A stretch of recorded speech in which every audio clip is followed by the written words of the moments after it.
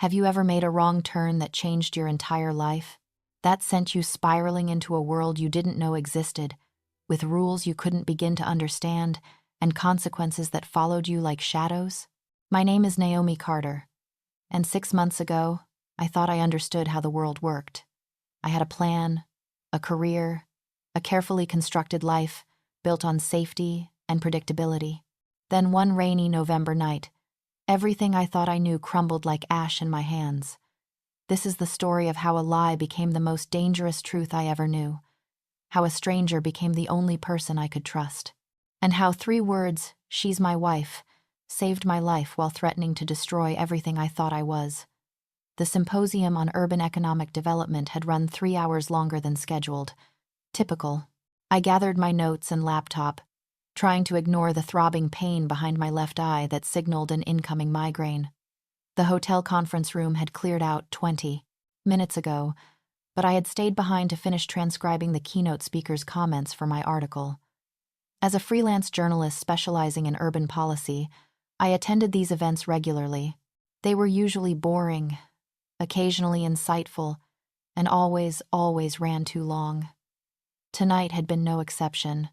The Grandeur Hotel downtown was one of those old establishments that tried too hard to maintain its former glory. Ornate moldings, crystal chandeliers that had seen better days, and carpet that probably hadn't been replaced since 1995. But the conference rooms were spacious and the coffee was decent, so the event organizers kept booking it. I slipped my laptop into my bag and checked my phone. 10:43 in the evening. The last train to my neighborhood left at 11:15. If I hurried, I could make it. The hallway outside the conference room was dimly lit. Most of the overhead lights turned off for the night. My heels clicked against the marble floor as I headed toward the main lobby, the sound echoing off the walls in a way that made the empty corridor feel even more deserted. That's when I heard it. Voices. Low, urgent, speaking in rapid Italian. I slowed my pace. The Grandeur had a small Italian restaurant on the ground floor. Bella Notte. Maybe the staff was having a late-night discussion, but something about the tone made the hair on the back of my neck stand up. I should have kept walking. Should have minded my own business and headed straight to the lobby. But curiosity has always been both my greatest asset and my most dangerous flaw. It's what made me a good journalist. It's also what almost got me killed. I moved quietly toward the voices, which seemed to be coming from a service corridor near the loading dock. The door was slightly ajar, and through the gap, I could see 3 men in expensive suits standing in a half circle around something on the ground. No, not something. Someone. A man lay motionless on the concrete floor, blood pooling beneath his head. His eyes were open, staring at nothing. Dead. Definitely dead. My hand flew to my mouth to stifle a gasp. The laptop bag slipped from my shoulder, hitting the wall with a dull thud that sounded like a gunshot in the quiet hallway. Everything froze.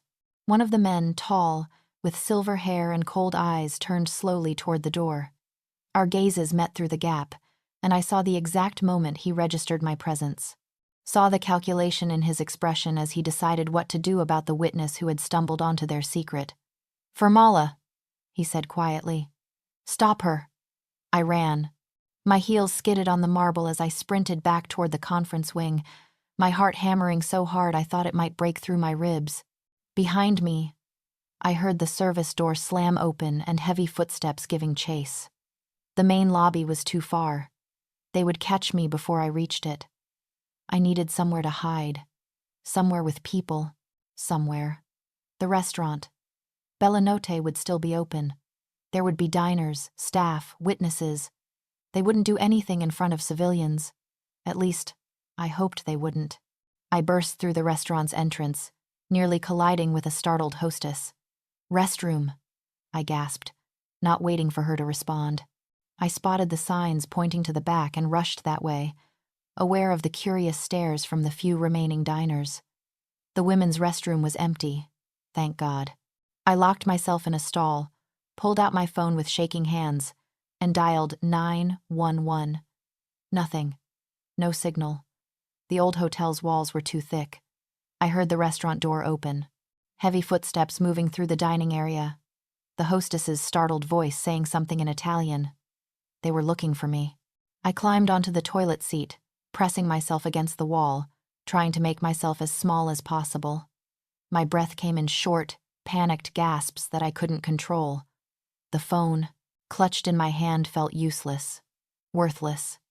The bathroom door opened. I stopped breathing entirely. Footsteps moved slowly between the stalls, methodical and patient. 1, 2, 3. They were checking each one, getting closer. The footsteps stopped outside my stall. A hand gripped the top of the door, and I watched in horror as it started to swing open despite the lock. The cheap mechanism gave way with barely any resistance. A man stood there. Not the silver-haired one, but younger, with dark hair and a face that would have been handsome if not for the complete lack of emotion in his eyes. "Please," I whispered. "Please. I didn't see anything. I don't know what—" "You saw enough," he said simply, reaching into his jacket. That's when the bathroom door slammed open with enough force to crack the mirror. "Tocca e sei un uomo morto. Touch her and you're a dead man." The voice was deep, commanding, with an accent that turned the Italian words into something that sounded like both a promise and a threat. The man in front of me went rigid, his hand freezing halfway to his jacket. "Signor Moretti," he said carefully, "this doesn't concern you. Everything in this city concerns me, especially when Antonio Russo's dogs hunt in my territory." I couldn't see who was speaking, but the effect his words had was immediate. The man in front of me backed away from the stall, his earlier confidence evaporating. "She's a witness," he tried. "She saw. I know what she saw. I also know that you're about to leave my restaurant empty-handed.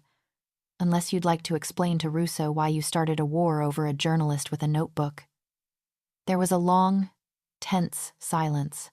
Then the man holstered whatever he'd been reaching for and moved toward the door. "Tell Russo we'll talk," the commanding voice said. "Properly. Through channels. Like civilized men. Not like animals hunting terrified women in public restrooms." The door closed.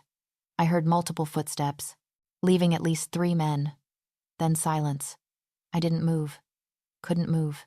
My legs had locked up, my entire body shaking so hard I thought I might fall off the toilet seat. "You can come out now," the voice said, gentler this time. "They're gone."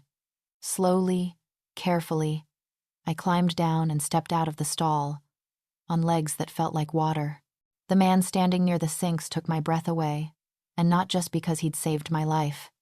He was tall, well over 6 feet, with the kind of build that came from actual work rather than gym memberships.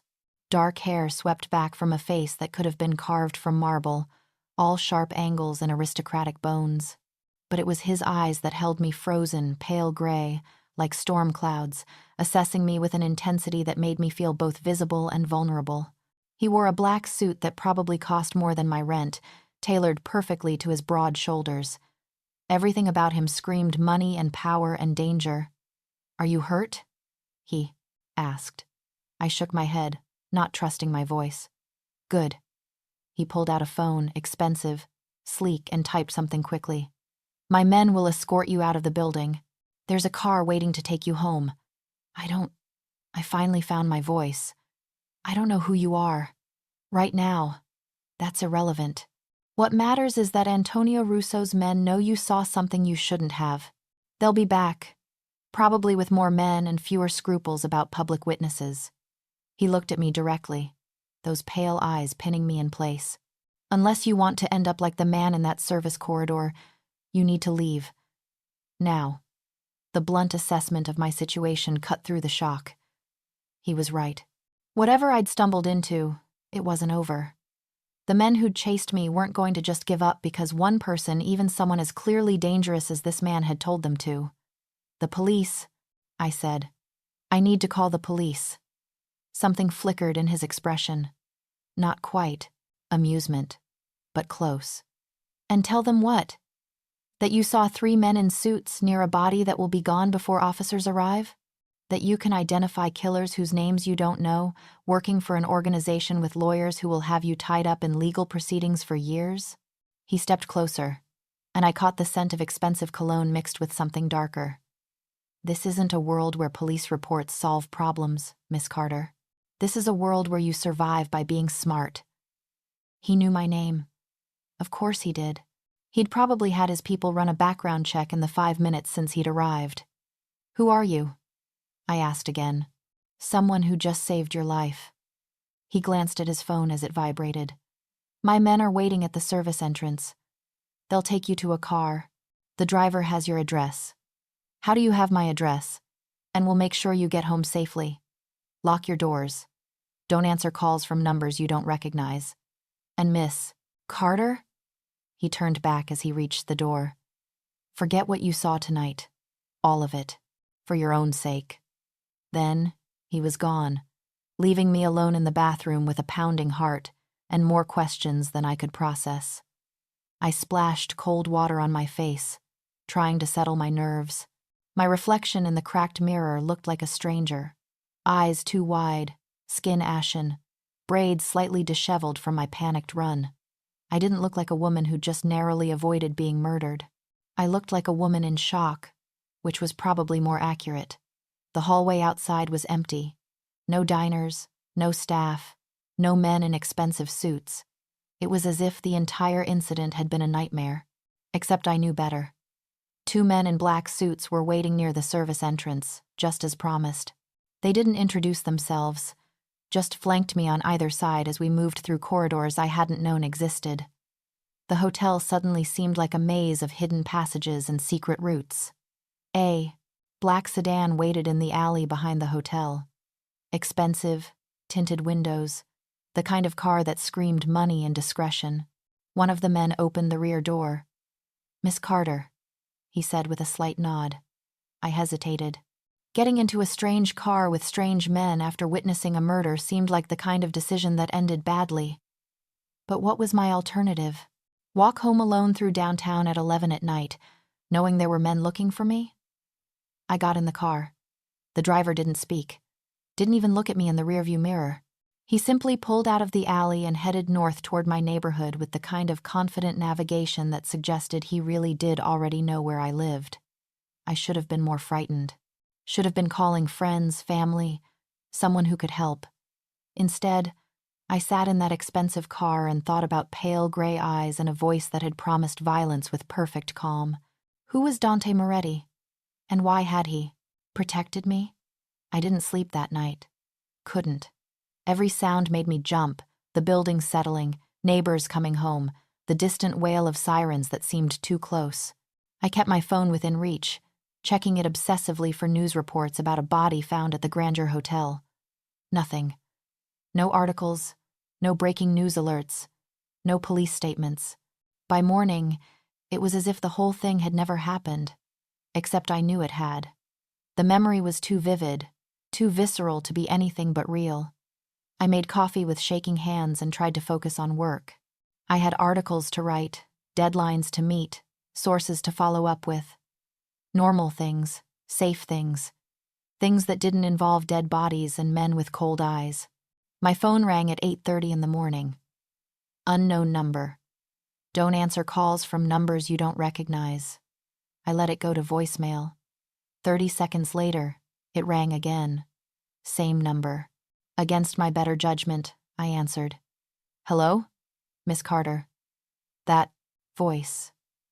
Deep. Commanding. Unmistakable. We need to talk. How did you get this number? The same way I got your address. I make it my business to know things. A pause. You're safe. For now. But we need to discuss your situation. My situation? Despite everything, irritation cut through my fear. You mean the situation where I witnessed a murder and then got threatened by men in expensive suits? I mean the situation where Antonio Russo has put out the word that you're a priority target. My intervention last night bought you time, but not safety. Not permanently. My coffee cup stopped halfway to my mouth. What are you saying? I'm saying you have 2 choices. You can disappear, leave Chicago, change your name, abandon your life here, or you can accept my protection until this gets resolved. Resolved how? I'll handle Russo. Make him understand that you're not worth the trouble. But that takes time, and in the meantime, you're vulnerable. I set down the coffee cup before I could drop it. And what does accepting your protection entail? You'll move into a secure location, one of my properties. You'll have bodyguards whenever you leave. You'll follow security protocols. So basically, I'd be a prisoner. You'd be alive. His tone didn't change, but somehow the words carried more weight.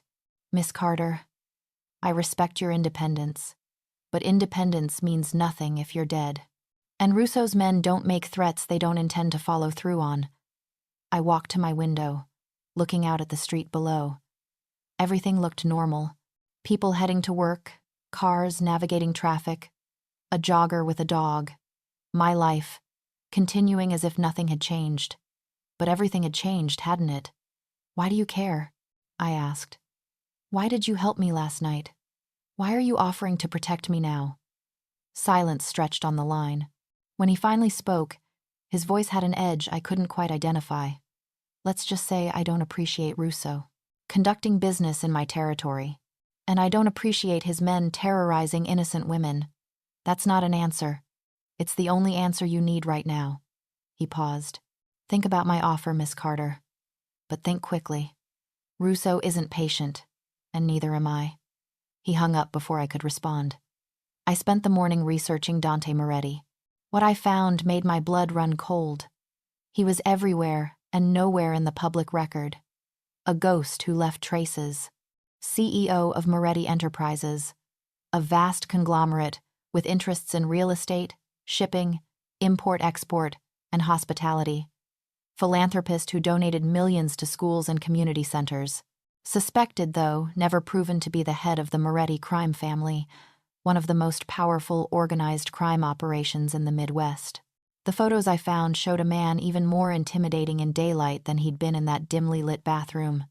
Newspaper articles featured him at charity galas, always in impeccable suits, always with some beautiful woman on his arm who was never identified. His expression in every photo was the same, controlled, assessing, revealing nothing. One article from 3 years ago caught my attention. Moretti trial collapses as key witness recants. The federal government had tried to build a racketeering case against him, but their star witness had suddenly claimed to have lied in their initial testimony. Without that evidence, the case had fallen apart. I found myself wondering what had happened to that witness, whether they were alive, and if so, whether they'd been paid off or threatened into silence. This was the man offering me protection. A man whose world operated by rules I couldn't begin to understand, where witnesses disappeared and bodies vanished before police arrived. But he was also the man who'd saved my life. My phone buzzed with a text from an unknown number. Clock is ticking. DM. I stared at those 3 words, at the casual presumption that I'd clock, understand both the urgency and the implied threat. Part of me wanted to throw the phone across the room, pack a bag, and catch the first bus out of Chicago. Start over somewhere else, somewhere safe. But I'd worked so hard to build my career here, to establish myself as a credible journalist with sources and contacts and a reputation. To walk away from all that to let fear chase me out of my own life felt like letting them win. I texted back, "We need to meet. Somewhere public." The response came within seconds. "Bella notte. Noon. Come alone." Of course he'd suggest the restaurant where he'd found me last night. His territory, his rules, his domain. I should have said no. Should have insisted on neutral ground. Instead, I typed, "I'll be there." Bellinot looked different in daylight, less shadowy, more charming. Sunlight streamed through the windows, illuminating white tablecloths and fresh flowers. A handful of lunch patrons occupied tables near the front, their quiet, conversations creating a pleasant murmur. A hostess greeted me with a professional smile that didn't quite reach her eyes. "Miss Carter? This way, please." She led me through the main dining room to a private area in the back. A small room with a single table set for 2. Heavy curtains could be drawn for privacy, though they remained open now. It was intimate without being threatening, private without being isolated. Smart, He'd chosen a place that felt safe while maintaining complete control of the environment. Dante Moretti stood as I entered, that same effortless grace I'd noticed last night. In daylight, he was even more striking. The gray suit he wore today probably cost more than my car, fitted perfectly to his broad shoulders and trim waist. His dark hair was swept back, revealing those aristocratic features and those pale eyes that seemed to see everything. "Miss Carter," he gestured to the seat across from him. "Thank you for coming." I sat, noting the way his men positioned themselves near the entrances. Not obvious, not threatening, but definitely present. Everything about this felt choreographed, controlled. "Let's skip the pleasantries," I said, keeping my voice steady. "Tell me exactly what you're offering and what it costs." A slight smile crossed his face, the first real expression I'd seen from him. Direct. "I appreciate that." He poured water into my glass from a crystal pitcher. "The situation is straightforward. Antonio Russo wants you dead because you witnessed his men disposing of a body. That man was Marco Salvatore, a lieutenant in the Russo organization who'd been skimming profits. His execution sends a message to Russo's other men about loyalty. And I'm a loose end." "Precisely.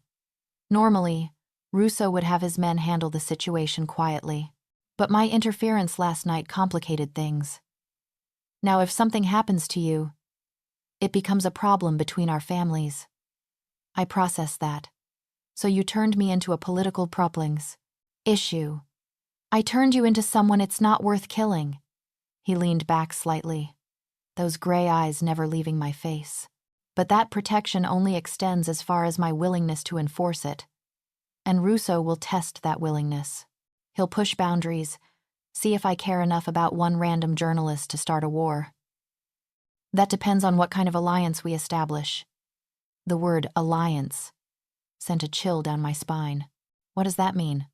A waiter appeared with a tray of appetizers, bruschetta, olives, fresh mozzarella. Dante waited until he'd left before continuing. "It means you accept my protection openly. You move into one of my properties. You're seen with my security. You become associated with me publicly enough that harming you would be the same as challenging me directly. You want me to be your what? Your girlfriend? I want you to be under my protection in a way that's visible and undeniable." He selected a piece of bruschetta. "What we call that relationship is negotiable." I should have walked out right then. Should have refused whatever devil's bargain he was proposing. Instead, I found myself asking, for how long? Until the situation with Russo is resolved. Could be weeks, could be months. He's reasonable when properly motivated, but he's also proud. This requires delicate handling. And in the meantime, I just... What? Play house with a mob boss? You live your life with added security. Continue your work, maintain your routines, with a few necessary modifications for safety. He set down his glass. "I'm not asking you to be my prisoner, Miss Carter. I'm offering you a way to survive without abandoning everything you've built here." It was exactly what I'd been thinking this morning, that running would mean letting them win, letting fear control my life. He'd read me perfectly, offered exactly what I'd been afraid to want, which made me immediately suspicious. "What do you get out of this?" I asked. "Why go to all this trouble for a random journalist?" Something flickered in his expression, gone too quickly to identify. "Let's just say I don't appreciate Russo conducting business in my territory. And I don't appreciate his men terrorizing women in my establishments." "You said that on the phone. It's still not a real answer." He studied me for a long moment. Then, surprisingly, he gave a slight nod. "You're right. The complete truth is more complicated." He leaned forward slightly. "Russo has been expanding aggressively for the past year, testing boundaries, pushing into territories that have been neutral for decades. If I let him kill a civilian witness in one of my properties without consequences, it sends a message that I'm weak, that I'll tolerate anything. So this is about ego. This is about power, about maintaining the structures that keep this city from descending into open warfare." His voice remained calm, but intensity crept into his words. "You think the police keep you safe? The laws?" They're useful fictions that only work because men like me enforce the real rules in the shadows.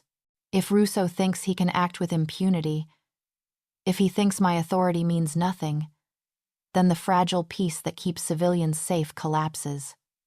It was the most honest thing he'd said so far, and somehow, that honesty was more frightening than the lies would have been. I need guarantees, I said. Written agreements about what this arrangement entails. You'll have them, and I want to maintain my independence. My work, my life. I'm not becoming some kept woman who, I have no interest in keeping you. He said it matter-of-factly, without inflection. Your value to this arrangement is precisely that you're independent. A journalist with her own career and reputation who chooses to accept my protection. If you were obviously coerced, it would undermine everything. I picked up my water glass, buying time to think. Everything he said made a certain, twisted sense. But accepting his offer meant stepping into a world I didn't understand, with rules I didn't know and consequences I couldn't predict. I need to think about it, I said finally. You have until sundown. He pulled out a business card and slid it across the table. This number reaches me directly. When you decide, call. I'll send a car. And if I say no, then I'd advise leaving Chicago tonight. Russo's patience has limits, and so does mine. He stood, buttoning his suit jacket. I hope you make the smart choice, Miss Carter.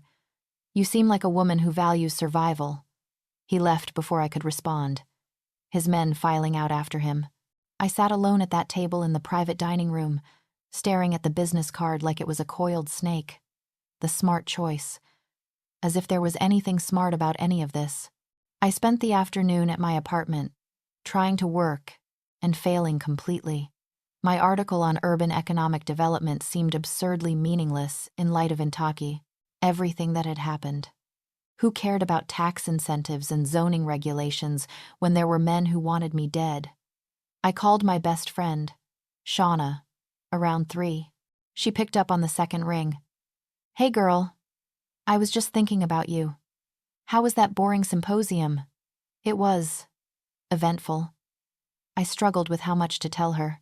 Listen, if something happened to me, if I had to leave town suddenly, would you check on my apartment? Make sure everything was okay? Silence. Then, Naomi, what's going on? I might have seen something I shouldn't have, and now I'm trying to figure out if I should stay and deal with it or just disappear. Okay, back up. Start from the beginning. I told her everything. The murder, the men, Dante Moretti's offer. By the time I finished, she was swearing creatively. This is insane, she said. You need to go to the police. And tell them what? I don't have evidence. The body's gone. These aren't amateurs who make mistakes. So you're dead. Alternative is to move in with a mob boss? Hearing it said out loud made it sound even crazier. He says it's temporary, just until the situation gets resolved. And you believe him? Did I? I thought about those pale gray eyes, the way he'd saved my life without hesitation, the clinical precision with which he'd laid out the situation. I think he's telling me the truth as he sees it. Whether that's the whole truth is another question. Shauna sighed heavily. You know I'll support whatever you decide. But nay, this is dangerous. These aren't people who play by normal rules. I know, but running away isn't exactly safe either. And at least with Moretti, I have some kind of protection. Protection or possession? The question echoed in my head long after we hung up. Protection or possession? Where was the line between those two things? I stood at my window, watching the sun set over Chicago. The city looked beautiful, from my 4th-floor apartment, all glass and steel, catching the orange light, Lake Michigan a dark shimmer in the distance. I'd worked so hard to make a life here, to build something that mattered. Walking away felt like dying in a different way. My phone showed 6:45, 15 minutes until sundown. I picked up the business card Dante had given me and dialed the number. He answered on the first ring. Miss Carter, I have conditions, I said without preamble. I'm listening. I continue my work. No interference, no censorship, no guidance on what stories I cover. Agreed, I want my own space. I'm not sharing a bedroom with you or any of your men. You'll have your own suite with a private entrance. And this is temporary. As soon as the situation with Russo is resolved, I go back to my normal life. No strings, no obligations. A pause. Agreed. With one caveat, which is, if you leave before the situation is resolved, you do so on my terms and my timeline. You don't get to wake up one day, decide, you're done, and walk out. That's not how this works. It was a reasonable condition, given what he was offering. But it also meant giving him control over when I could leave. How will I know when it's resolved? You'll know when Russo agrees to leave you alone. When that happens, you're free to go. His voice softened slightly. I'm not interested in keeping you prisoner, Naomi. I'm interested in keeping you alive. It was the first time he'd used my first name. Something about it made the arrangement feel more real, more personal. Okay, I heard myself say. I'll do it. Good. Pack a bag. My driver will be there in 30 minutes. Tonight, I need more time to. The longer you stay in your current location, the greater the risk. Russo's men know where you live. They're likely watching right now. We move you tonight, while we still control the timeline. My heart started hammering again. How much should I pack? Enough for a few weeks. Everything else can be arranged. He paused. And Naomi? Don't call anyone else tonight. Don't tell anyone where you're going. The fewer people who know, the safer you are. He hung up before I could respond. I stood in my apartment, phone still pressed to my ear, and wondered if I'd just made the best decision of my life or the worst. The car that picked me up wasn't the same one from last night. This was an armored SUV with tinted windows and 2 security guards in the front seat. They didn't speak to me, just loaded my bags and indicated I should sit in the back. We drove north, away from my neighborhood and toward the lakeshore where the real money lived. The buildings got taller, more elegant. The streets got cleaner. My student loan debt could probably have financed a single month's rent in one of these places. The SUV pulled into an underground garage beneath a high-rise that looked like it had been designed by someone who thought diamonds were too subtle. All glass and steel and dramatic. Angles. It screamed wealth so loudly I was surprised there weren't tours. This way, Miss Carter. One of the guards led me to a private elevator that required a keycard to operate. We rose smoothly and silently to the 23rd floor. The doors opened directly into an apartment that took my breath away. Floor-to-ceiling windows offered a panoramic view of Lake Michigan, the water dark and vast under the night sky. The interior was all clean lines and expensive materials, white marble, dark wood. Furniture that probably cost more than my entire apartment building. Art hung on the walls that looked like it belonged in museums. Your suite is this way, the guard said, leading me through the main space to a hallway lined with closed doors. He opened one to reveal what he'd called a suite, but what was actually a full apartment within the apartment. Bedroom, bathroom, sitting area, even a small kitchenette. Everything decorated in shades of cream and gold. Elegant without being ostentatious. Mr. Moretti's quarters are at the other end of the building, the guard continued. You'll have complete privacy. There's a security system. He showed me a panel near the door. You can lock from the inside. No one can enter without your permission. What about Mr. Moretti? No one, the guard repeated firmly. Including him.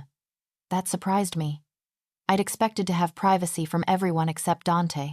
The fact that he'd specifically given me a way to lock him out said something about his intentions. Unless it was all theater. Unless the locks were just for show and he could override them whenever he wanted. Where is Mr. Moretti? I asked. Handling business. He'll be back later tonight. The guard moved toward the door. If you need anything, there's an intercom system. Press 0 and someone will respond. Sophia handles household matters. Sophia? The house manager. She'll introduce herself tomorrow. He paused at the threshold. Welcome to your new home, Miss Carter. After he left, I locked the door and stood in the middle of my borrowed luxury, trying to process what I'd just done. This was real. I was really doing this. Living with a mob boss, accepting his protection, stepping into a world I didn't understand. I unpacked mechanically, hanging clothes in the closet that was bigger than my old bedroom. The bathroom had a tub large enough for 3 people and shower heads that looked like they'd been imported from some European spa. Everything smelled expensive, that particular scent of quality that comes from materials that cost more than they should. It was after midnight when I finally heard sounds from the main apartment. Voices, Dante's deep rumble, and someone responding in rapid Italian. Then silence. I should have stayed in my room. Should have let him come to me if he wanted to talk. Instead, I found myself opening the door and walking back into the main living area.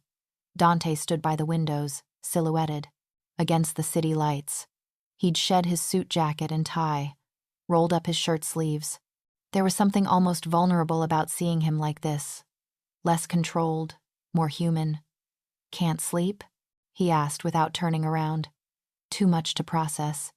I moved closer, maintaining a careful distance. "This is really your home?" One of them.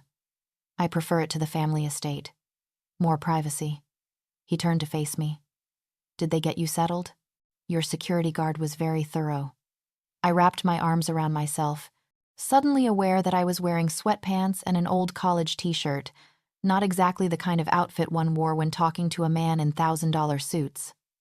"I wanted to say thank you for arranging all this." "Don't thank me yet. You haven't seen what it costs. I thought we agreed on terms. We agreed on the obvious terms, but there are always costs that aren't negotiable." He moved to a bar cart and poured 2 glasses of something amber. "Here." I took the glass, sniffed it. "Whiskey. Good whiskey, judging by the smell. I don't really drink. Tonight you should make an exception. It helps with the processing." He was right. The whiskey burned going down, but settled into a warmth that eased some of the tension in my shoulders. "So what are the non-negotiable costs?" I asked. "Your freedom to move without thinking. Your ability to trust your own judgment about danger. Your illusion that the world operates according to laws and logic." He sipped his own drink. "You're in my world now, Naomi. And my world has different rules. I'm aware of that. Are you?" He set down his glass and moved closer, not threatening but deliberate. "You're a smart woman, educated, independent, used to making your own decisions. That's going to be a problem here, because in this world, hesitation gets you killed and independence is a luxury you can't afford." I held my ground as he approached, refusing to back away. "What are you saying?" "I'm saying that when I tell you to do something, you do it. When my men give you instructions, you follow them. You don't question, don't argue, don't try to negotiate in the moment." His pale eyes held mine.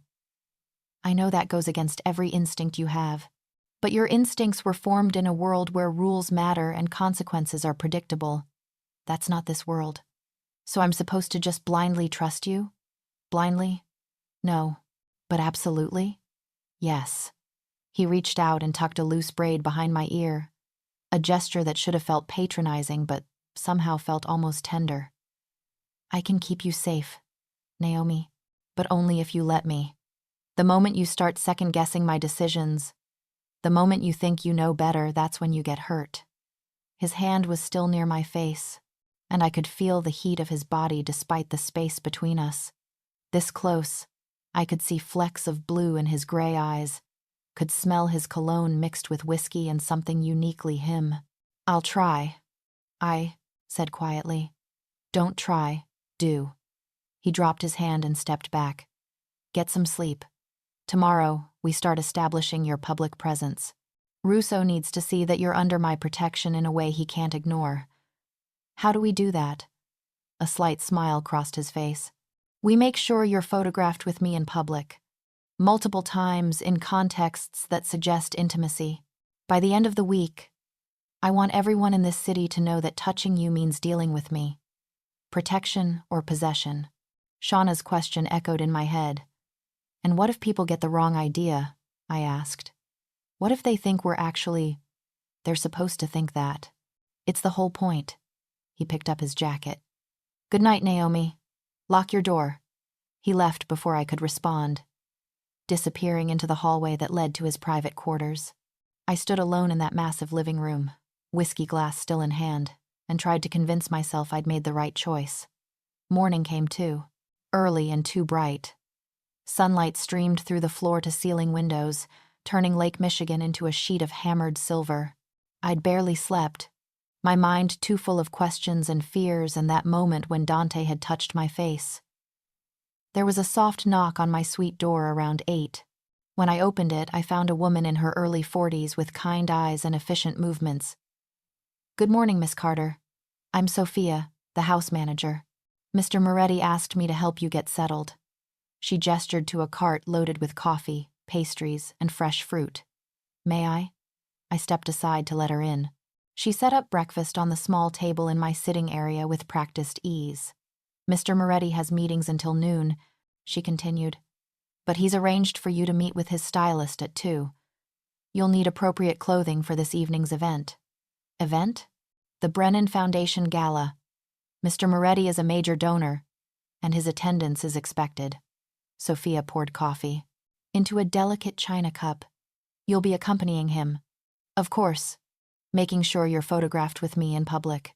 Establishing my presence in his world, visible and undeniable." "I don't really have anything appropriate for a gala," I admitted. "That's why Carlotta is coming. She'll handle everything." Sophia's smile was warm but professional. "Don't worry, Miss Carter. We're very experienced with these situations."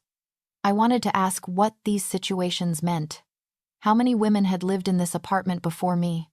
How many had needed stylists and public appearances to establish their connection to Dante Moretti? "Is there anything else you need?" Sophia asked. "Information." I wrapped my hands around the coffee cup. "Who else lives here?" "Just Mr. Moretti, and whichever guests he's hosting. Currently, that's only you. There's a security team that works in shifts, and I'm here during the day to manage household matters, but we all have separate quarters on lower floors. And I'm free to come and go, within limits. One of the security team needs to accompany you anytime you leave the building. Mr. Moretti's orders." Right. Freedom within constraints. The theme of my new life. Carlotta arrived promptly at 2, trailing 2 assistants loaded with garment bags. She was a tiny woman in her 60s with sharp eyes and an even sharper tongue. "So, you're the latest project," she said, circling me like a hawk studying prey. "Turn around." I turned. Again. Slower. I obeyed, feeling increasingly self-conscious under her scrutiny. "You have good bone structure. Strong features. That skin, how do you keep it so flawless?" Moisturizer?" She laughed. "Genetics, more likely. We can work with this." She snapped her fingers at her assistants. "Bring the navy. And the emerald. Maybe the burgundy too." The next hour was a whirlwind of trying on dresses, each more expensive than the last. Carlotta rejected most immediately, occasionally, muttering in Italian about proportions and palettes. Finally, she pulled out a dress in deep emerald green. Silk, with a neckline that was elegant without being revealing. "This one. Try it." I changed in my bedroom, then emerged to find Carlotta nodding with satisfaction. "Perfect. It brings out the warmth in your skin and makes your eyes look mysterious." She adjusted the draping slightly. "You'll wear this tonight. We'll do your hair in a low bun, elegant and classic. Minimal jewelry, you don't need to compete with the dress. I don't really have jewelry that would work with Dante will provide it." Carlotta was already packing up the rejected dresses. He always does. That stopped me. He provides jewelry for all his guests. Her expression softened slightly. "Miss Carter, I've dressed dozens of women for Dante over the years. Associates, dates, business partners. You want to know what makes you different?" I nodded. "He gave me specific instructions about you. Not just make her presentable, which is what he usually says. He told me to find something that would make you feel confident without changing who you are. That shows he's paying attention." She patted my arm. "That's rare for him." She left before I could ask what she meant, her assistants trailing behind with bags of rejected dresses. I stood in the emerald green dress, looking at my reflection in the full-length mirror. The woman staring back looked polished, elegant, expensive, like someone who belonged in Dante Moretti's world. But underneath the silk and the styling, I was still just Naomi Carter, a journalist who'd stumbled into something bigger than she understood, trying to survive. Dante knocked on my door at 6:30. I opened it to find him in a black tuxedo that made him look even more dangerous than usual, if that was possible. His eyes moved over me, a thorough assessment that somehow didn't feel objectifying. Carlotta did well. She's efficient. I felt suddenly awkward, like a kid playing dress-up. Is this appropriate for a gala? It's perfect. He pulled out a flat jewelry box from his jacket pocket. May I? Inside was a necklace, delicate gold chain with a single emerald pendant. Simple, elegant, and probably worth more than my car. I can't wear this, I said. If something happened to it, it's insured, and it's yours now. He lifted it from the box. Turn around. I turned, feeling his fingers brush the nape of my neck as he fastened the clasp. His touch was surprisingly gentle for a man capable of such violence. There, he said quietly. Now you're ready. I faced him again, suddenly aware of how close we were standing. What exactly is this gala? The Brennan Foundation funds educational programs for underprivileged children. Very respectable, very public, lots of press. His mouth curved slightly. We'll make an entrance, circulate for an hour or two, and let the photographers do their work. By tomorrow morning, every news outlet in Chicago will have run photos of us together. And that will convince Russo to leave me alone? That will convince Russo that you're too visible to eliminate quietly. He offered his arm. Shall we? The gala was held in a historic mansion on the North Shore, the kind of place that had been built when robber barons thought restraint was for peasants. We arrived in Dante's black Mercedes, not the SUV from last night, but something sleeker and more expensive. Cameras flashed as we exited the car.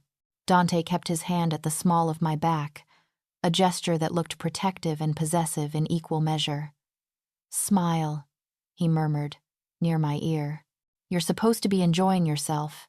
I plastered on a smile that probably looked more like a grimace. This was not my world, the elegant gowns, the champagne, the conversations that happened in code and subtle glances. I felt like an anthropologist studying an alien culture. Except the aliens could kill me if I made the wrong move. Dante navigated the crowd with practiced ease, introducing me to a parade of wealthy donors and society figures whose names I immediately forgot. Everyone greeted him with a mixture of respect and caution, their eyes assessing me with open curiosity. Who's your lovely companion? Asked a woman in diamonds that probably cost more than my entire neighborhood. This is Naomi Carter, Dante said smoothly. She's a journalist covering urban development. Naomi, this is Sandra Brennan, the foundation's director. We made small talk about gentrification and educational funding, while I tried not to think about the fact that this same man probably had people killed over business disputes. The cognitive dissonance was giving me a headache. We were halfway through the evening when I noticed him. A man in his late 50s, silver hair, cold eyes, standing near the bar, watching us with an expression that made my blood run cold. The man from the service corridor, the one who'd ordered his men to stop me. Don't look at him, Dante said quietly, his hand tightening slightly on my back. And don't show fear. That's Antonio Russo. Yes, he's here to see if I'm serious about protecting you. My heart hammered against my ribs. What do? We continue as planned. Dante guided me toward the center of the room where couples were dancing. Dance with me. It wasn't really a request. His arm slid around my waist, pulling me close as we joined the other couples on the floor. The music was something classical, elegant, the kind of waltz that required actual skill. I don't really know how to follow my lead. His voice was low, meant only for me. Just like everything else in this world, trust me to guide you. He moved with surprising grace for a man his size, leading me through the steps with confident precision. I stumbled twice, but he caught me easily, adjusting his movements to compensate for my inexperience. "He's watching," Dante murmured. "Good. Let him see how close you are to me. This feels like theater." "It is theater, but that doesn't make it less real." His gray eyes held mine. "In my world, appearances are often more important than truth. The performance creates reality." As we danced, I became increasingly aware of his body against mine, the strength in his arms, the heat of his hand on my back, the way he smelled expensive cologne and something uniquely him. It would be so easy to forget that this was fake, that we were performing for an audience. "What happens after tonight?" I asked. "Russo will make a decision. Either he accepts that you're under my protection and moves on, or he tries to test that protection. And if he tests it..." Dante's expression didn't change, but something dangerous flickered in his eyes. "Then he learns why people don't cross the Moretti family." The song ended. Dante didn't immediately release me, and for a heartbeat, we stood frozen among the dispersing couples. Then someone called his name, breaking the moment. He stepped back, the distance between us suddenly feeling like miles. "I need to handle some business," he said. "Stay here. Don't wander off." He moved away into the crowd, leaving me standing alone in a room full of dangerous people wearing elegant masks. I felt exposed without him, vulnerable. Every face seemed to hold hidden threats, every conversation seemed to be about me. The emerald dress that had felt elegant earlier now felt like a costume, a disguise that fooled no one. "Miss Carter, isn't it?" I turned to find Antonio Russo standing behind me, that same cold smile from the service corridor. Every instinct screamed at me to run, to find Dante, to get away from this man who'd ordered my death. But running would show weakness, and Dante had said to trust him, to follow his lead. So I stood my ground. "Mr. Russo," I said, keeping my voice steady. "Enjoying the gala? Very much. These charitable events are so important, don't you think? Helping the community, supporting good causes." His eyes were calculating, assessing. "Tell me, how did you meet Dante?" "Through work. I was writing an article about urban development. And now you're his." "What? His girlfriend?" The question was a trap. If I said yes, I was committing to a lie that could be exposed. If I said no, I was admitting the protection was fake. "I'm someone under his protection," I said carefully. "What we are to each other is our business." Something flickered in Russo's expression, respect maybe, or annoyance that I hadn't given him the answer he wanted. "Protection is important," he said, "but it requires constant maintenance. One must always be vigilant about threats, especially unexpected ones." The threat was clear. He was telling me that despite Dante's protection, I was still vulnerable, still a target. Before I could respond, a hand settled on my shoulder. Dante, returned from his business, his presence, like a shield. "Antonio," he said pleasantly. "Discussing charitable work with Miss Carter?" "Among other things." Russo's smile didn't reach his eyes. "She's quite articulate. I can see why you find her company appealing." "I find many things about Naomi appealing." Dante's hand moved from my shoulder to my waist, pulling me closer. "But most of all, I appreciate her intelligence and discretion." The emphasis on discretion was pointed. A reminder that I was under Dante's protection and that harming me would have consequences. "Discretion is such a valuable quality," Russo agreed. "So many people today lack it. They see things they shouldn't see, say things they shouldn't say." He looked directly at me. "It creates complications." "Complications can be resolved," Dante said smoothly. "Through conversation, diplomacy, mutual understanding. Wouldn't you agree, Antonio?" "Of course. I've always believed that civilized men can find civilized solutions." Russo inclined his head, slightly. "Enjoy the rest of your evening. Both of you." He walked away, and I realized I'd been holding my breath. "That was a test," Dante said quietly. "And you passed it." I didn't say anything. "Exactly. You didn't panic. Didn't give him ammunition. Didn't make it easy for him. His hand was still on my waist, warm and reassuring. Well done. We left the gala shortly after, photographs taken, impression made.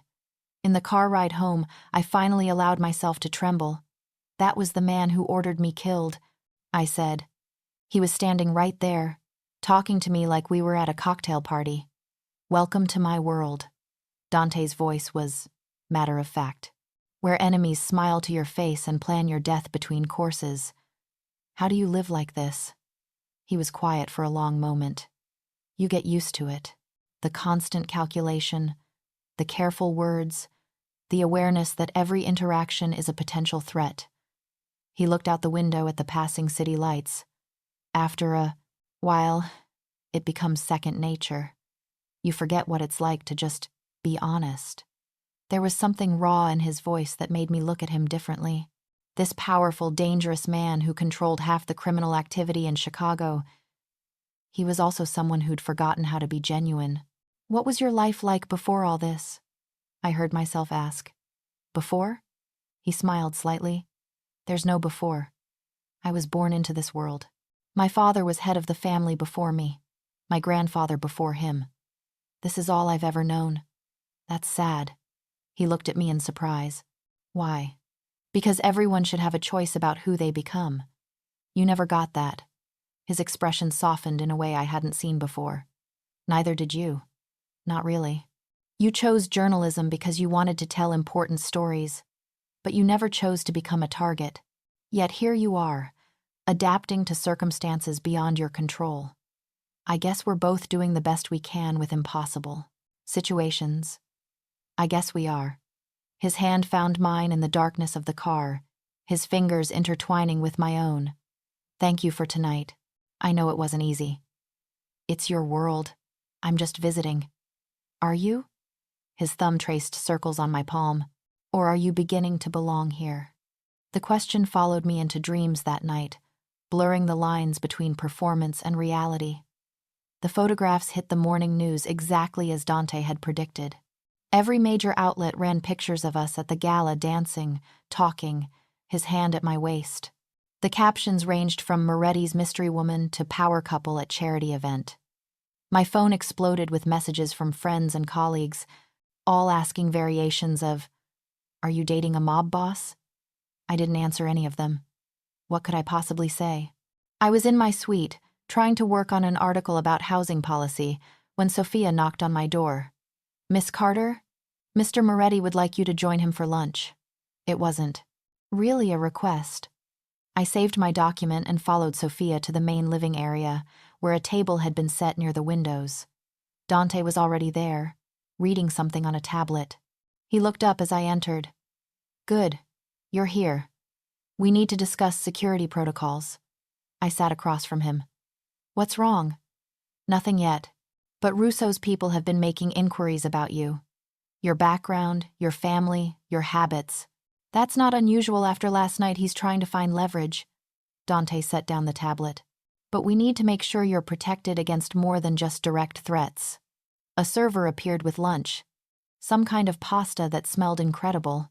I'd gotten used to the fact that every meal in Dante's world was restaurant quality. "What kind of threats?" I asked. "Indirect ones. Threats to people you care about, your family, your friends. Anyone Russo could use to pressure you or hurt you indirectly." He watched me carefully. "I need you to give me a list of the people you're closest to. We'll put discreet security on them." The idea of Russo's men targeting Shauna, or my parents, made my stomach clench. How discreet? They'll never know they're being protected.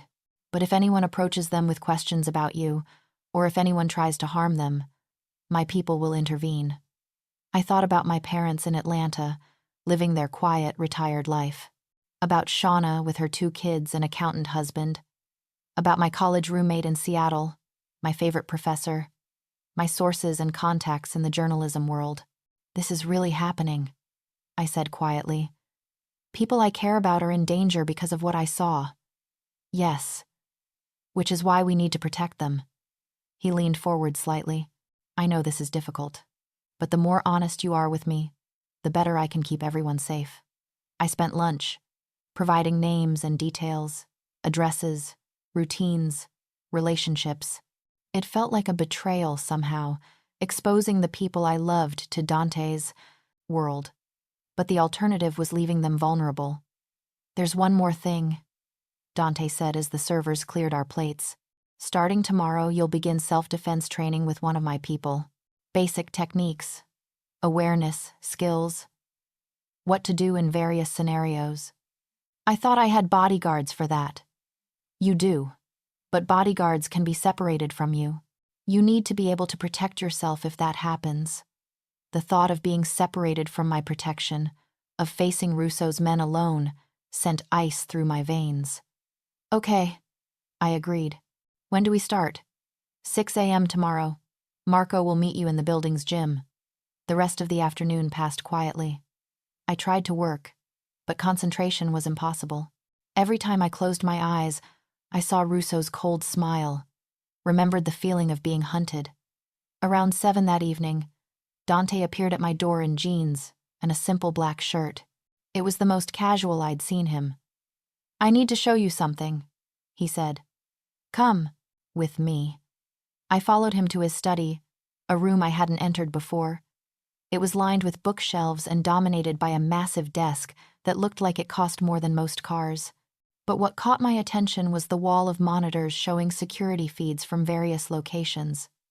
"This is my command center," Dante explained. "Every property I own, every business I have an interest in, I can monitor all of them from here." He tapped a keyboard, and one of the screens enlarged. It showed a street corner I recognized near my old apartment. "Is that your old building?" "Yes." He pointed to a car parked across the street. "And that's Russo's men. They've been there for 2 days, watching your apartment." My stomach dropped. "They know I'm not there anymore." "They know, but they're hoping you'll come back for something. That you'll get sloppy." He switched to another camera. "This is your friend Shauna's house. No one's watching it yet, but that could change." He showed me, camera after camera, my parents' neighborhood in Atlanta, the office building where I'd rented workspace, even the coffee shop I frequented, everywhere I'd been, everyone I knew, all potentially under surveillance. "Why are you showing me this?" I asked. "Because I want you to understand how serious this is. How far Russo will go to find leverage against you." He turned to face me fully. "You're safe here. Your loved ones are protected. But the moment you let your guard down, the moment you assume safety, that's when mistakes happen. I feel like a prisoner." "You're not a prisoner. You're a target. There's a difference." His voice softened slightly. "I know this isn't the life you wanted, but it's the life you have now, at least temporarily. And the sooner you accept that, the easier it becomes." I stared at the monitors, at the proof of my complete lack of privacy. "How long have you been watching me?" He didn't answer immediately. When he did, his voice was careful. "Since the night at the hotel. I needed to know who you were, whether you posed a risk. And do I? The biggest risk you pose is to yourself. You're smart enough to be dangerous, but inexperienced enough to make fatal mistakes." He moved closer, his eyes searching mine. "That's why I need you to trust me completely. Because your instincts, as good as they are in your world, will get you killed in mine." We stood there in the blue light of the monitors, the evidence of my vulnerability displayed on every screen. And I realized something that should have terrified me, but somehow didn't. I did trust him. Against all logic, despite all evidence that I shouldn't, I trusted Dante Moretti with my life. The self-defense training with Marco turned out to be brutal and humbling. He was a compact man in his 40s with scarred knuckles and the kind of efficiency that came from decades of actual fighting. "Most self-defense is about awareness," he explained that first morning. "Avoiding situations where you're vulnerable. But when avoidance fails, you need to know how to hurt someone badly enough to escape." He taught me where to strike eyes, throat, groin, knees, how to break a grip, how to use my body weight as a weapon. By the end of the hour, I was bruised and exhausted, but I'd also learned that I was stronger than I thought. "You're fast," Marco said approvingly. "And you don't panic. That's good. Fear makes people freeze. You move. The training became part of my routine. 6 a.m. with Marco, then breakfast, then work on my articles. Dante was often gone during the day, handling whatever business occupied a mob boss. But he always returned for dinner, and we'd talk about my day, my work, the state of the world. It felt oddly domestic, like we were a normal couple living a normal life. If you ignored the armed guards and the security cameras and the fact that people wanted me dead. 3 weeks into my stay at Dante's penthouse, everything changed. I was working in my suite when Sophia knocked urgently on my door. Her usually calm face showed real fear. "Miss Carter, you need to come with me. Now. What's wrong?" "There's been an incident," Mr. Moretti said, "to bring you to the secure room immediately." The secure room turned out to be behind a hidden door in Dante's study. It was windowless, with reinforced walls and its own communication system. Dante was already there, talking rapidly on the phone in Italian. Blood stained his white shirt. "You're hurt!" I moved toward him instinctively. He held up a hand, finishing his conversation. When he hung up, his face was hard, in a way I'd never seen. "It's not my blood," he said. "Marco's. He was shot protecting one of your friends." The world tilted. "What? Who?" "Your friend Shauna. Russo sent men to her house. Marco and his team intercepted them, but Marco took a bullet." Dante's jaw tightened. "He'll survive. But Shauna and her family are being relocated to a safe house as we speak." I felt like I might be sick. This is my fault. She's in danger because of me. She's in danger because Russo is testing me, seeing if I'll actually protect everyone connected to you. Dante moved to a bank of monitors, pulling up feeds. But he made a mistake. He acted on American soil, against civilians. That violates agreements that have kept peace in this city for decades. What does that mean? It means I now have justification to respond. And Russo knows it. His fingers flew over the keyboard, coordinating something complex. "I'm calling a meeting of the families. By tonight, Russo will either back down or commit to war." The casual way he said war made my blood run cold. "People will die. People always die. The only question is how many." He looked at me directly. "I can end this, Naomi, but it requires me to make an example of Russo, to show what happens when someone threatens what's mine. I'm not yours. In this world, you are." He said it, flatly, without emotion. "The moment I claimed you at that restaurant, the moment I brought you into my home, you became mine. That's not romance, it's politics. And Russo just violated that understanding." I should have been angry at the possessiveness in his words. Instead, I felt something else entirely, a dark thrill at being claimed by this dangerous man. "What happens now?" I asked. "Now we wait. The families will meet at midnight. By dawn, this will either be resolved peacefully or—" He didn't finish the sentence. Didn't need to. The hours until midnight stretched like years. Dante worked the phones, coordinating with his people, making calls I wasn't supposed to hear. I sat in the secure room, trying to work and failing completely. Around 11, Dante changed into a fresh suit, all black, perfectly tailored, with a slight bulk under his jacket that I knew was a weapon. "I need you to stay here," he said. "No matter what you hear, no matter how long this takes, Sophia will stay with you. Let me come with you." "Absolutely not. This meeting is dangerous under the best circumstances. If it goes wrong—" He cupped my face, his thumb tracing my cheekbone. "I need to know you're safe. Please." It was the first time I'd heard him say please. The vulnerability in that one word broke something in me. "Be careful," I whispered. He smiled slightly. "I'm always careful." Then he kissed me. It wasn't gentle or romantic. It was fierce and possessive, a claiming rather than a request. His hand tangled in my braids, pulling me closer as he deepened the kiss. I melted into him, hands gripping his jacket, tasting whiskey and danger. When he pulled back, his eyes were dark.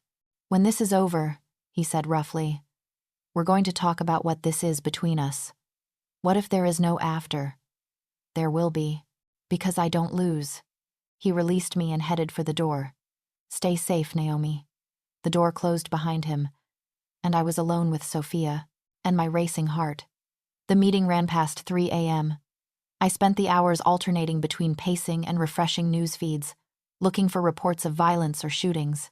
Nothing appeared, but that didn't mean nothing was happening. Sophia tried to get me to sleep, but I couldn't. Every minute that passed felt like an eternity. Every sound made me jump. Finally, around 4, I heard voices in the outer apartment. Dante's voice, and others I didn't recognize. Then, footsteps approaching the secure room. Dante opened the door alone. He looked tired but uninjured, his tie loose and his jacket gone. "It's over," he said simply. I launched myself at him, wrapping my arms around his neck. He caught me easily, holding me tight. "What happened?" I asked against his shoulder. Russo agreed to back off. "He'll leave you and everyone connected to you alone." In exchange, I agreed to overlook his incursion into my territory. He set me back slightly so he could see my face. "You're safe now, truly safe." Relief flooded through me so intensely I felt lightheaded. "So I can go home?" Something flickered in his expression. "That was the agreement. You're free to return to your normal life whenever you want." The moment should have felt triumphant. My nightmare was over. I could reclaim my independence, go back to my apartment, resume my life. Everything I'd wanted for the past month. So why did the thought of leaving feel like loss? "What if I don't want to go?" I heard myself say. Dante went very still. "Naomi, I know what we agreed. I know this was temporary, just until the threat was resolved." I met his eyes, trying to find the courage to be honest. But things changed. Or maybe they were always different than we pretended. "You should leave," he said roughly. "Go back to your life before I ruin it completely." "What if you already have? What if I can't go back to pretending the world works the way I thought it did?" I moved closer, my hands on his chest. "What if I don't want to?" His control cracked. He kissed me again, harder this time, backing me against the wall. His hands roamed my body as if memorizing every curve, every response. I matched his intensity, pulling him closer, desperate to eliminate any space between us. "This is a mistake." He gasped against my neck. "Then let's make it together." He pulled back, breathing hard, his eyes searching mine. "If you stay, it won't be the same. We won't be able to pretend this is temporary, that I'm just protecting you until the danger passes. I know. You'll be choosing this world, choosing me, and that's not a choice you can easily undo. I know that too." He studied my face for a long moment. Then he lifted me easily, carrying me out of the secure room and down the hallway to his private quarters, a space I'd never entered. His bedroom was masculine and minimalist, all dark woods and simple lines. The massive bed dominated the space, and I had a brief moment of nervous anticipation before he set me down on my feet. "Last chance," he said quietly. "Walk away now, and I'll never mention this again." Instead of answering, I reached for the buttons of his shirt. His control shattered. We fell onto the bed in a tangle of hands and mouths, clothes disappearing with desperate efficiency. There was nothing gentle about it, all need and possession and the release of weeks of denied attraction. He made love like he did everything else with complete focus and devastating precision, learning every response, every trigger that made me gasp or arch into his touch. And I discovered that beneath all that control was something primal, something that wanted me with an intensity that matched my own. Afterward, we lay tangled together, his fingers tracing lazy patterns on my spine. "I lied to you," he said quietly. I raised my head to look at him. "About what?" "Why I protected you that first night. I said it was about territory, about showing Russo who had power." His gray eyes held mine. "But the truth is, the moment I saw you in that bathroom, terrified but still standing your ground, something in me just claimed you. I told myself it was strategy, but it was never just that." "When did you realize?" when I showed you the security feeds, seeing all the ways you were vulnerable, all the threats surrounding you. I knew then that I'd burn down half the city before I let anything happen to you. He brushed a braid back from my face. That's not rational. It's not strategic. It's obsession. I should have been frightened by that admission. Should have recognized the danger in being the focus of such intensity. Instead, I felt something that might have been the same obsession reflected back. I choose this, I said clearly. I choose you, even knowing what that means. You're sure? No, but I'm choosing it anyway. He kissed me then, soft and sweet and full of promise. And for the first time since that rainy night at the Comet, Grandeur Hotel, I felt truly safe.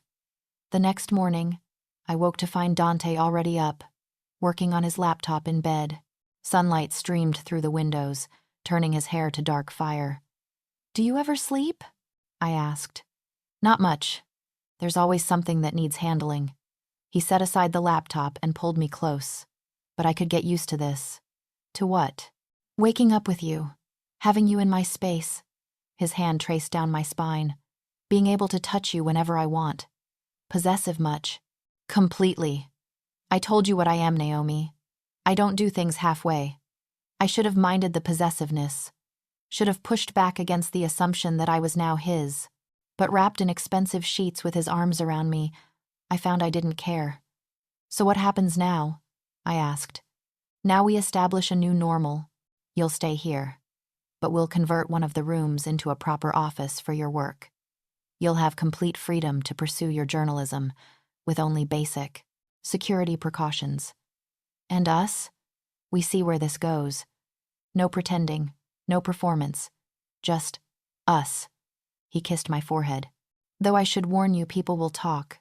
You'll be associated with me publicly now, not just as someone under my protection. Let them talk. I've faced worse.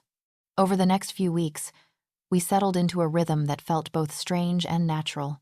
I worked on my articles during the day, sometimes meeting sources at restaurants where Dante's security maintained discreet distance.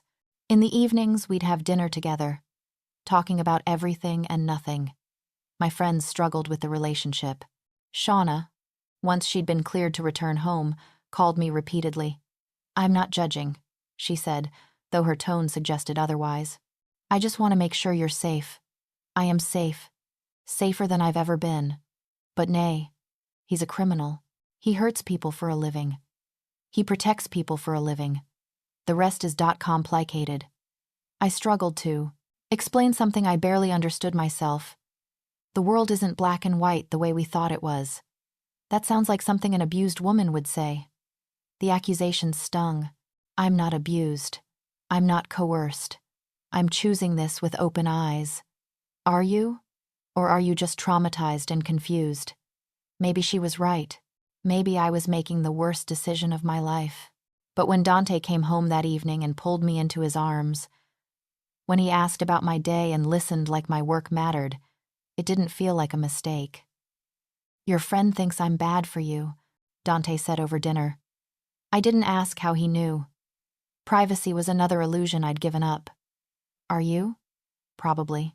But I'm too selfish to care. He reached across the table to take my hand. You make me want to be better than I am, even if I don't know how. You could start by being less of a criminal. He laughed, a genuine sound I'd heard too rarely. It's not that simple. My world doesn't have clean exits, but I can be more selective about the business I conduct, more careful about who gets hurt. That's a start. One evening, about 6 weeks after I'd moved into Dante's penthouse, he came home looking troubled. What's wrong? I asked. Nothing's wrong exactly, but something's developing. He poured whiskey for both of us. Antonio Russo reached out. He wants to meet with both of us. A peace offering, he says. That's good, isn't it? Maybe. Or it's a trap. Dante sipped his drink thoughtfully. But refusing would be seen as weakness. I need to go, and I need you to come with me. Why me? Because this is about you. Ultimately, the message he's sending is that he accepts you as part of my life, that he acknowledges the validity of my protection. Dante set down his glass. In my world, that's significant. It means other families will recognize it too. 2 days later, we met Russo at a neutral location, a private dining room in an Italian restaurant, neither family. Controlled.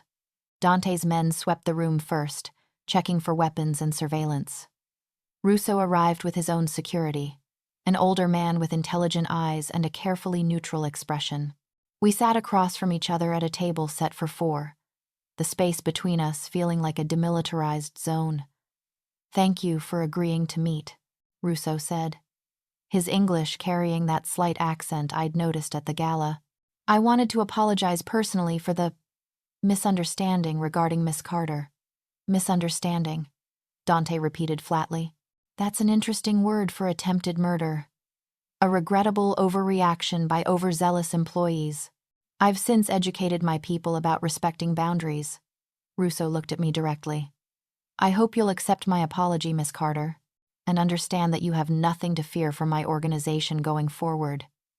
I didn't trust him, couldn't trust him, but I also understood that this meeting was about politics, not sincerity. "I appreciate the apology," I said carefully, "and I hope we can all move forward peacefully." Russo smiled, though it didn't reach his eyes.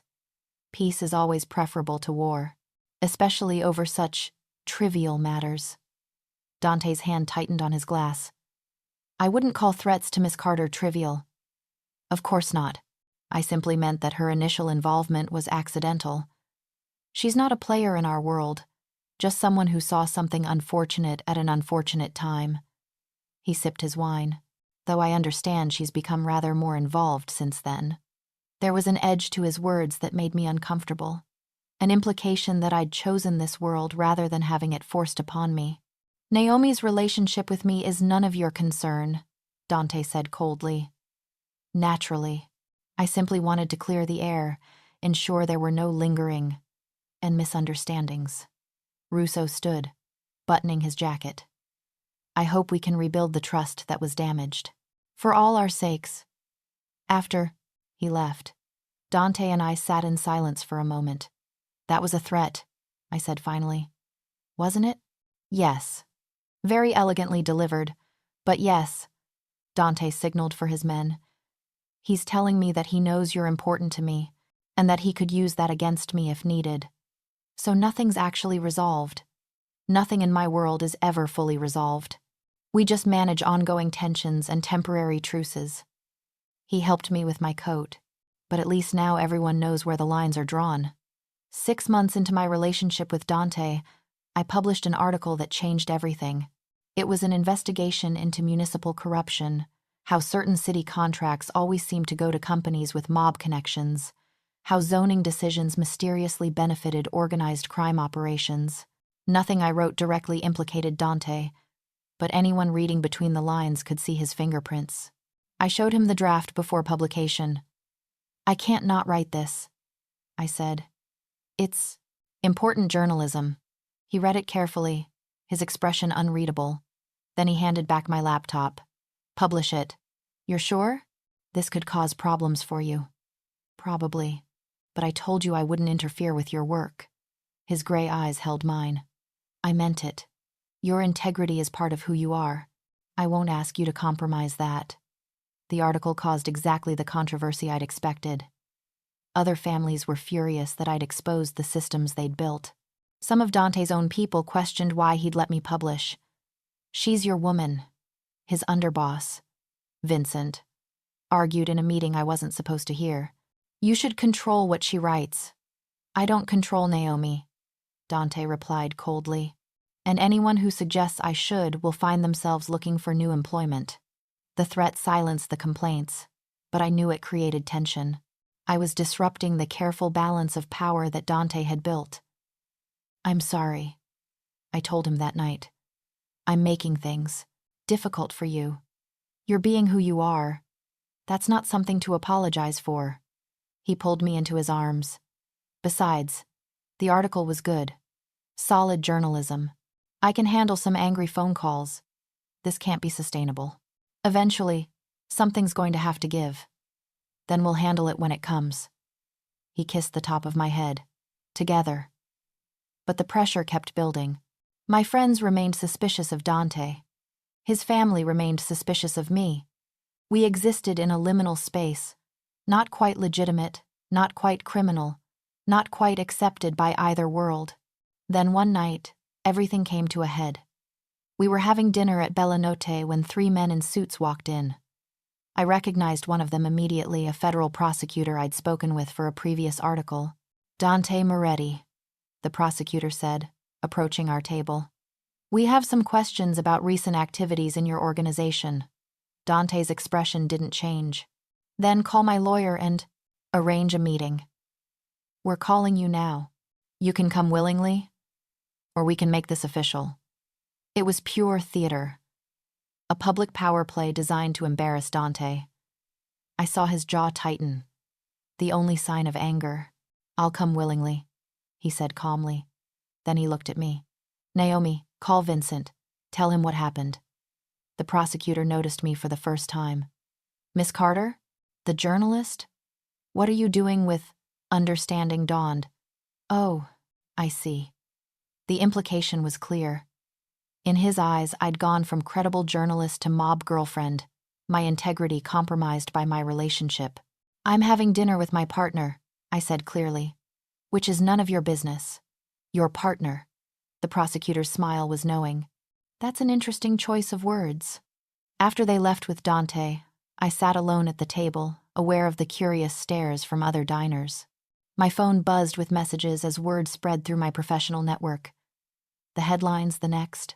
Investigative journalist, dating crime boss, she exposed.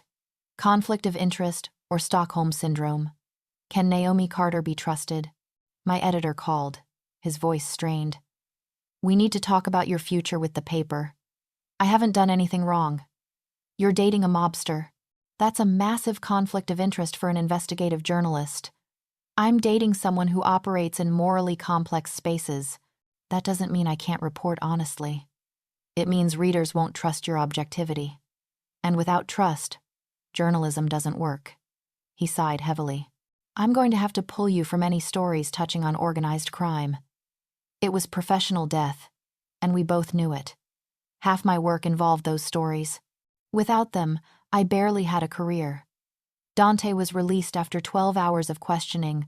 They had no actual charges, just harassment disguised as investigation. He came home exhausted and furious. This is my fault, he said when I told him about the conversation with my editor. I've destroyed your credibility. You didn't do anything. This is just the cost of our relationship. A cost you shouldn't have to pay. He paced the living room like a caged animal. I can fix this. I can distance myself publicly, make it look like we broke up. No. He stopped mid-pace. Naomi, I'm not pretending we're over to protect my reputation. I made my choice when I stayed here. When I kept staying here even after the danger passed. I moved to stand in front of him. My work matters to me, but so do you. I'll find a way to have both. How? I don't know yet, but I will. I took his hands. We'll figure it out together. He pulled me close, his face buried in my hair. I don't deserve you. Probably not, but you're stuck with me anyway. The solution came from an unexpected source. A week after the headlines, I got a call from an independent news website specializing in deep dive investigations. We've been following your work, the editor said, and we're not concerned about who you're dating. We care about the quality of your reporting. You know I can't cover organized crime anymore. Not without being seen as biased. Then don't cover organized crime. Cover everything else. Municipal corruption, housing policy, economic development, all the areas where crime families have influence but aren't the direct story. He paused. Your unique perspective could actually make you better at spotting connections others miss. It was a lifeline I hadn't expected. I accepted immediately. My first article for them was about luxury real estate development and how city officials were approving projects that displaced long-term residents. I didn't mention Dante's family by name, but I didn't ignore their involvement either.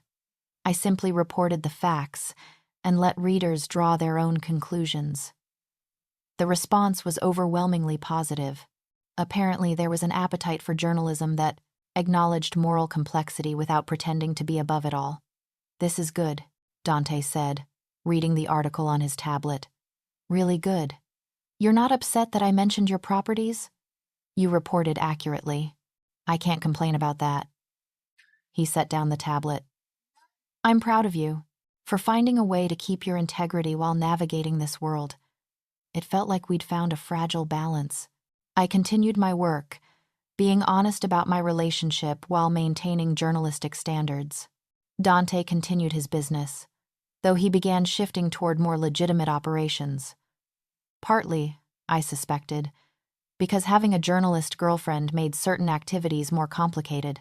We were having breakfast one morning when Dante set down his coffee with unusual formality. "I need to ask you something," he said.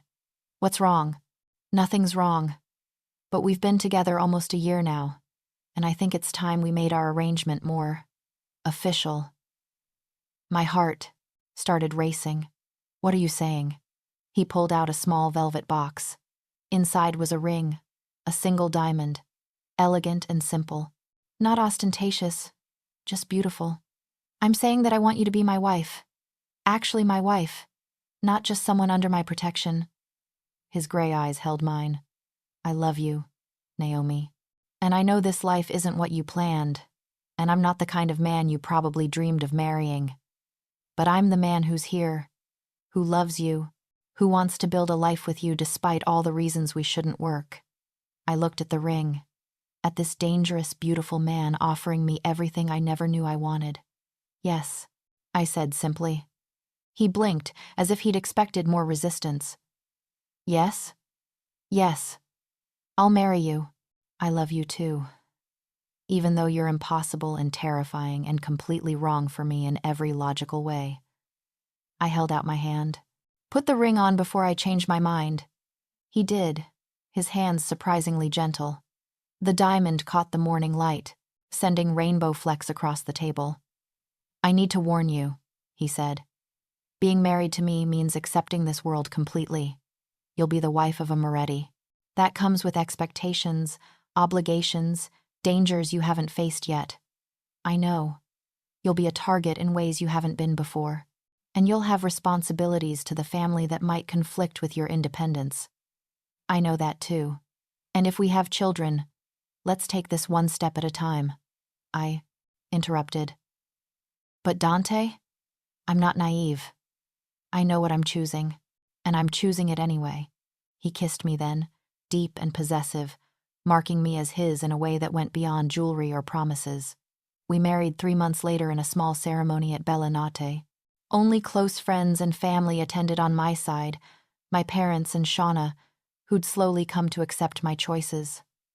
On Dante's side, his people, the men and women who formed his crime family, it was the merging of two worlds that should never have touched.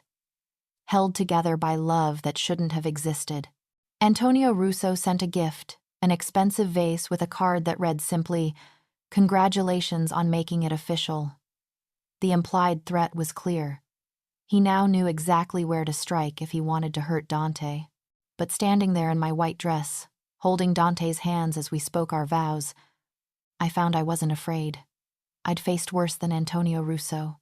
I'd survived being hunted, had rebuilt my career, had chosen to stay in a world that terrified me, and I'd do it all again for this man who'd saved my life by claiming me as his own. "I do," I said when the officiant asked.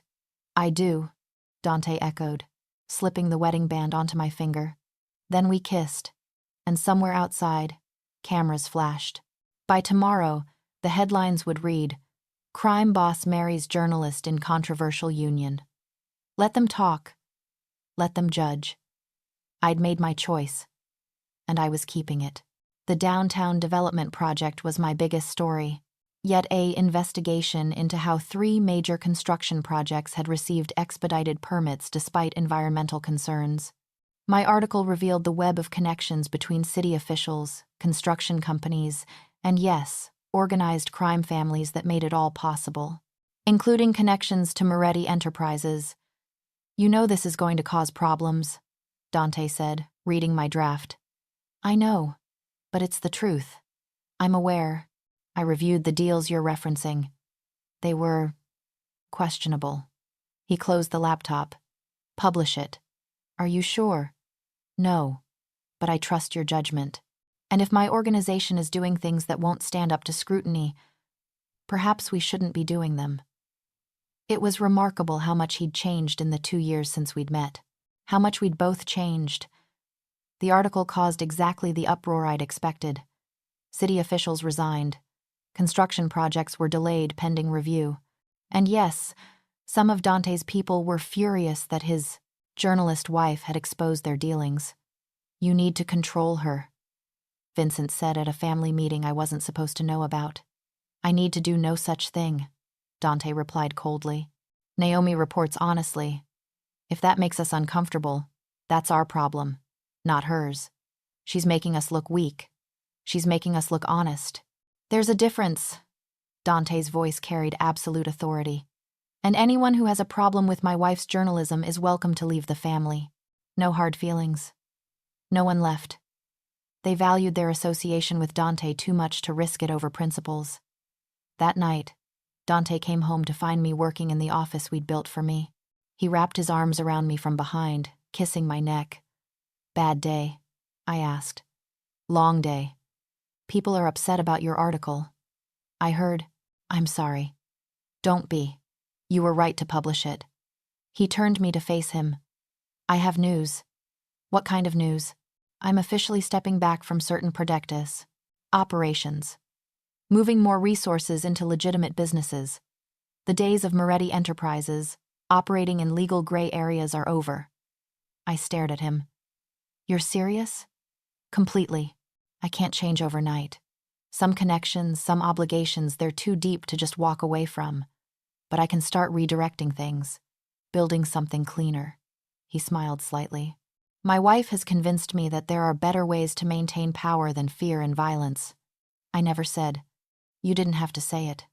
You showed me. Every day. Choosing integrity over convenience.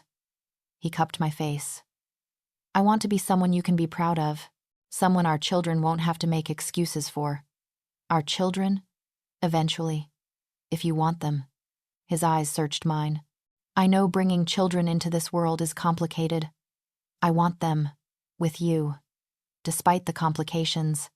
I placed my hands over his. We'll figure it out. We always do. Later that night, lying in bed with my head on, his chest. I thought about the improbable journey that had brought me here. From that rainy night at the Grandeur Hotel, terrified and hunted, to this moment safe, loved, and exactly where I chose to be. What are you thinking? Dante asked, his fingers tracing patterns on my arm. About the first time you said she's my wife, when we didn't even know each other. Best lie I ever told. He kissed the top of my head.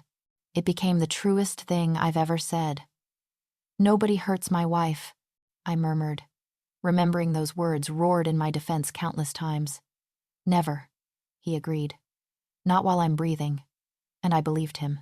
Because despite everything, the danger, the moral complications, the impossible balance we maintained, Dante Moretti had proven himself to be exactly what he'd claimed that first night. My protection, my partner, my choice, my husband.